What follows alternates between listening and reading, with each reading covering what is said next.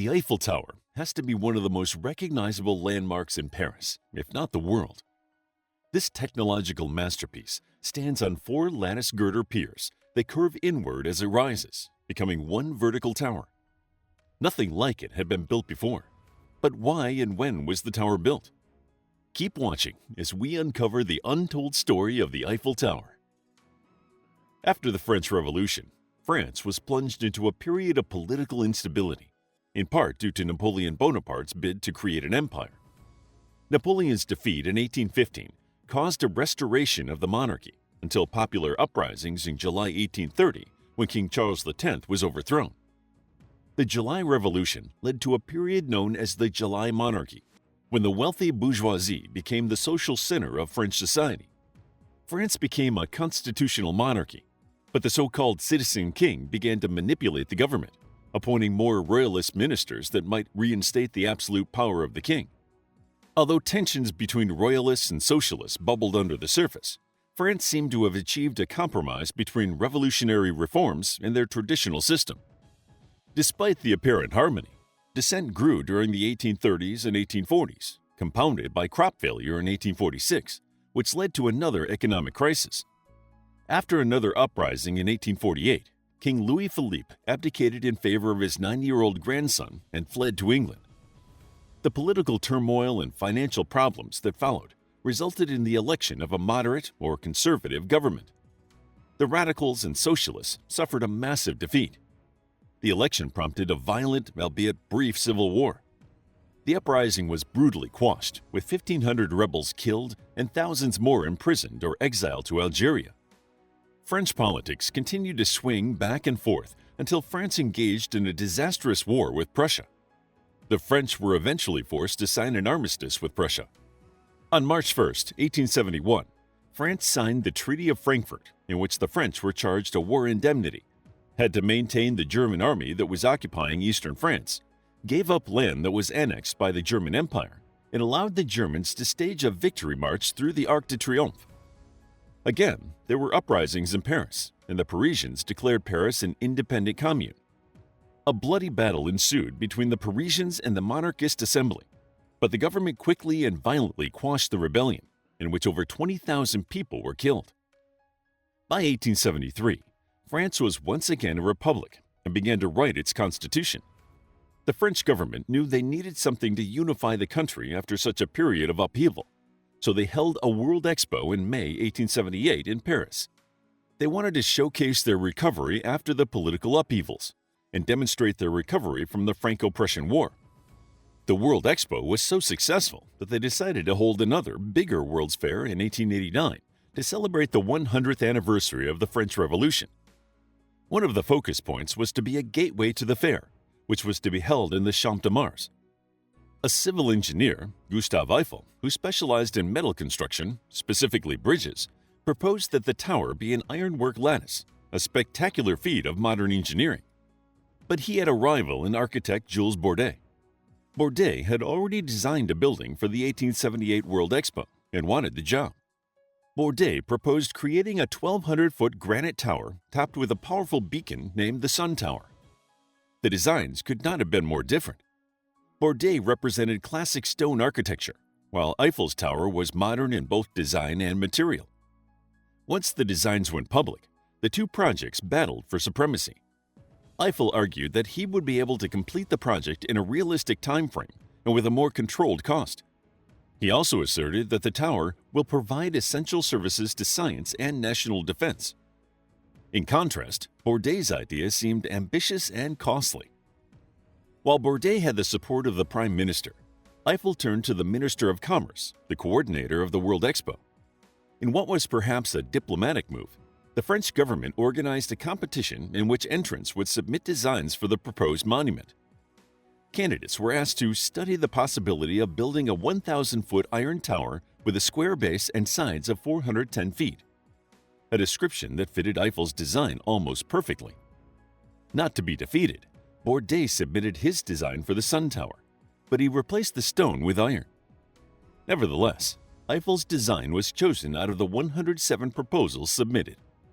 There was a massive backlash once Eiffel's design was declared the winner. Not only were architects outraged that an engineer had been chosen to complete the project, but many objected to the stark look of the tower. An open letter entitled "Artists Against Mr. Eiffel's Tower" argued that the structure would spoil the elegant aesthetic of Paris. Many felt it would disfigure the city's beauty, and French poet Paul Verlaine nicknamed it the skeleton of Beffroi. Verlaine wasn't the only one to mock the tower. Novelist Léon Bloy called it this truly tragic street lamp, and poet François Coupy referred to it as a mast of iron gymnasium apparatus. On February 14, 1887, a piece was published in Le Temps newspaper that read, "We come, we writers, painters, sculptors, architects, lovers of the beauty of Paris, which was until now intact, to protest with all our strength and all our indignation, in the name of the underestimated taste of the French, in the name of French art and history under threat, against the erection in the very heart of our capital of the useless and monstrous Eiffel Tower, which popular ill-feeling, so often an arbiter of good sense and justice, has already christened the Tower of Babel." In a last-ditch attempt to halt construction, a Paris City Council member launched a lawsuit against Gustave Eiffel, claiming that building the tower wouldn't be safe for people living in the area. Still, the engineer was so confident in his design that he personally assumed all responsibility for any risks or accidents during the construction. Although Eiffel conceptualized the design, he also worked with architect Stephen Sylvester and engineers Maurice Coquelin and Émile Noguier. Sylvester studied at the École Sociale d'Architecture, which taught students about modern techniques, including working with metal and reinforced concrete. Sylvester had already worked with Eiffel on the Pavillon de Gaz for the 1878 Expo. Coquelin and Noguier were employees of Eiffel, who were the ones who actually proposed the project to Eiffel, who knew they would have an issue selling a near 1,000-foot-tall metal tower to the aesthetic-loving Parisians. To help with the design's overall look, he called in his friend Sylvester to add some architectural elegance to the structure. Sylvester suggested adding stonework pedestals for the legs and monumental arches on the first level. He also proposed large halls with walls of glass and a bulb-shaped design on top, as well as various other ornamental features, although many of these features were scrapped in favor of a more simplistic design.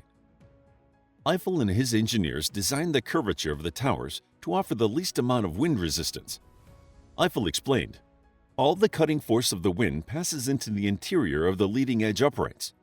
Lines drawn tangential to each upright with the point of each tangent at the same height will always intersect at a second point, which is exactly the point through which passes the flow resultant from the action of the wind on that part of the tower support situated about the 2 points in question. Before coming together at the high pinnacle, the uprights appear to burst out of the ground, and in a way to be shaped by the action of the wind." Work on the Eiffel Tower began on January 26, 1887. All 18,000 pieces were manufactured in Eiffel's factory at Levallois-Perret, and each one was designed, calculated, and produced with an accuracy of a tenth of the millimeter. The tower was built by a team of 300 workers, between 150 and 300 of whom were on site at any given time. The pieces were held together with thermally assembled rivets, which contracted once cooled to ensure a tight fit. Each rivet needed 4 workers to fit it, with one to keep it in place, another to heat it up, a third to shape the head, and finally, 1 worker to beat it with a sledgehammer. On the Seine side of the tower's base, workers used watertight metal chambers to enable them to work below the water level. By December 1887, the first level was complete, and the pieces for the higher levels were hauled up using steam cranes, which climbed the tower on runners that were later used for the tower's lifts. At the start of 1889, the construction site was visited by journalist Émile Godot, who elaborately described the sounds and sights of the ongoing construction. A thick cloud of tar and coal seized the throat, and we were deafened by the din of metal screaming beneath the hammer. Over there, they were still working on bolts. Workmen with their iron bludgeons, perched on a ledge just a few centimeters wide, took turns at striking the bolts.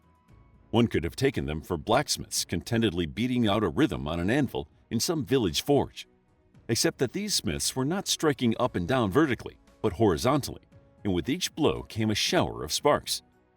These black figures, appearing larger than life against the backdrop of the open sky, looked as if they were reaping lightning bolts in the clouds. The Eiffel Tower took a record-breaking 26 months to complete and, at the time, was the tallest artificial structure in the world, beating out the Washington Monument. It was hailed as a marvel of precision, and Eiffel received his decoration from the Legion of Honor on the narrow top platform. The Eiffel Tower was a huge success, and around 2 million people visited it during the 1889 World Expo. Soon, it became a symbol of French industrial power, although many Parisians still detested the look of the finished tower. Author Guy de Maupassant stated that he would often have lunch on the first floor of the Eiffel Tower because it was the only place in the city where I won't see it. When architect Charles Garnier called for new projects for the 1900 World Exhibition in Paris, he granted full freedom to applicants to modify or destroy the tower. However, no project was accepted, and the Eiffel Tower remained the center of the 1900 World Expo. The Eiffel Tower was supposed to be standing for only 20 years, and in 1903, the Paris City Council wanted to redevelop the Champ de Mars and demolish the tower. Eiffel financed and promoted scientific experiments taking place in the Eiffel Tower in order to save his beloved project, which included aerodynamics and meteorological observations.